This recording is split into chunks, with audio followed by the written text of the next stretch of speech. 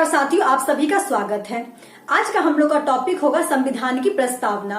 और प्रस्तावना से जितने भी इम्पोर्टेंट क्वेश्चंस बनेंगे जो एग्जामिनेशन में पूछे जाते हैं, वो सारे क्वेश्चन हम लोग यहाँ पे डिस्कस करेंगे।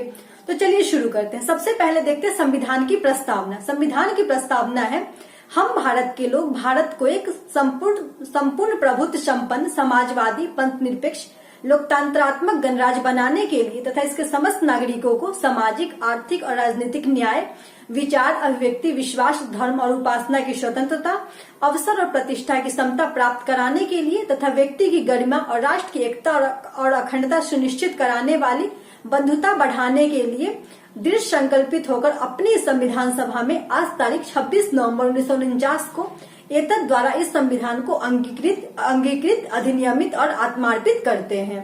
तो ये था हम लोग की संविधान की प्रस्तावना। अगर आप प्रस्तावना को अच्छे से याद कर लेंगे तो बहुत सारे क्वेश्चन डायरेक्ट प्रस्तावना से पूछे जाते हैं। जैसे कि यहाँ पे देखेंगे कि संविधान की प्रस्तावना से देखेंगे तो कितने प्रकार की न्याय दी गई है। तो 3 प्रकार की न्याय की चर्चा की गई है, समाजवादी, आर्थिक और राजनीतिक न्याय की बात की गई है। 5 प्रकार की स्वतंत्रता की बात की गई है, विचार, अभिव्यक्ति, विश्वास, धर्म और उपासना की स्वतंत्रता।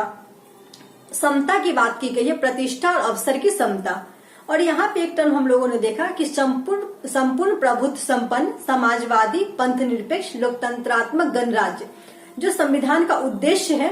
तो ये सीरियल वाइज से पूछा जाता है कि इसमें से कौन नहीं है या कौन है मिसिंग। इस टाइप से क्वेश्चन एग्जामिनेशन में पूछे जाते हैं।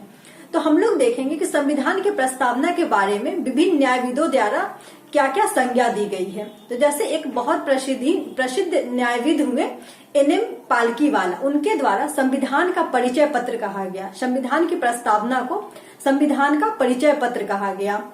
आप नेक्स्ट देखेंगे हम लोग अर्नेस्ट वार्कर के द्वारा संविधान की कुंजी कहा गया। ठाकुर दास मार्कन के द्वारा संविधान की आत्मा कहा गया। वही अगर हम लोग देखें कि A.K. अय्यर के द्वारा कहा गया कि यह संविधान निर्माताओं का दीर्घकालिक स्वप्न का दर्शन है।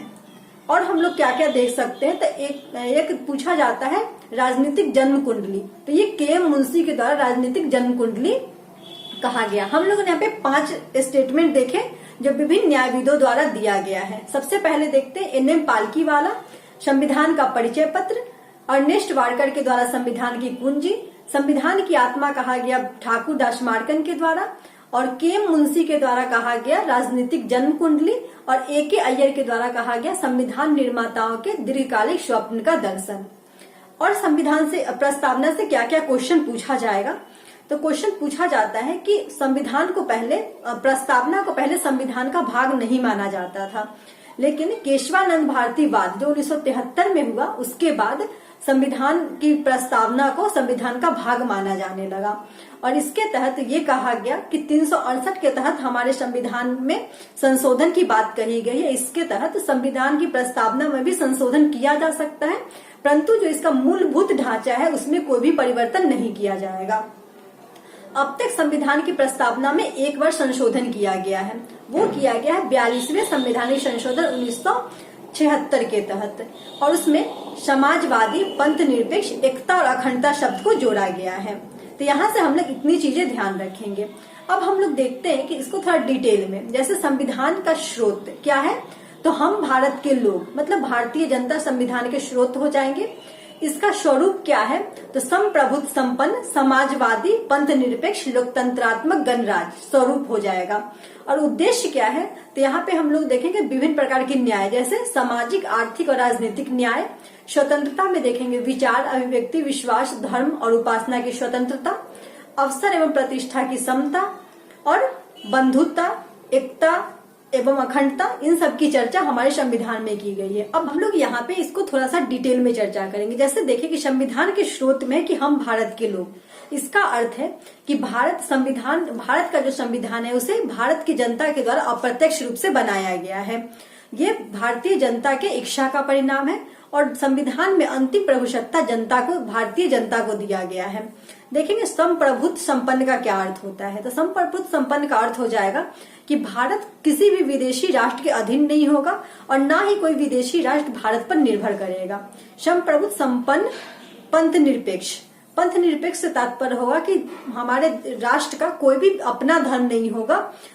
यहाँ की सरकारें सभी धर्मों को एक समान संरक्षण देगी और सबके लिए एक समान अवसर प्रदान किए जाएंगे।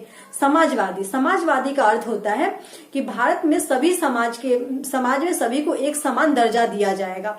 और समाजवाद की चर्चा हमारे संविधान की प्रस्तावना में पहले नहीं था, 42वें संवैधानिक संशोधन 1976 के द्वारा इसे जोड़ा गया। नेक्स्ट हम लोग देखते हैं कि गणतंत्रात्मक का अर्थ होता है कि यहाँ के जो जनता में सारी शक्तियां निहित होती है। गणराज्य का अर्थ होता है कि भारत में वंशानुगत शासन व्यवस्था नहीं होगी। यहाँ का राष्ट्राध्यक्ष भारत की जनता के प्रतिनिधि के द्वारा चुना जाएगा।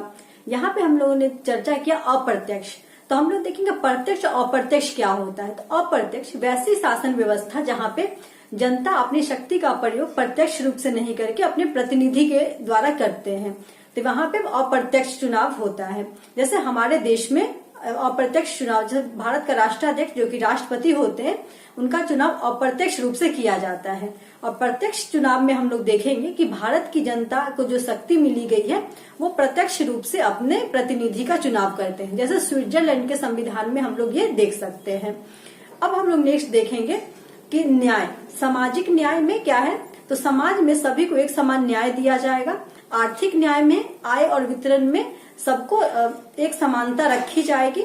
और ये न्याय, आर्थिक न्याय जो है वो बोल्शेविक क्रांति से लिया गया है। बोल्शेविक क्रांति 1917 का क्रांति है, जिसे रूसी क्रांति के नाम से भी जानते हैं।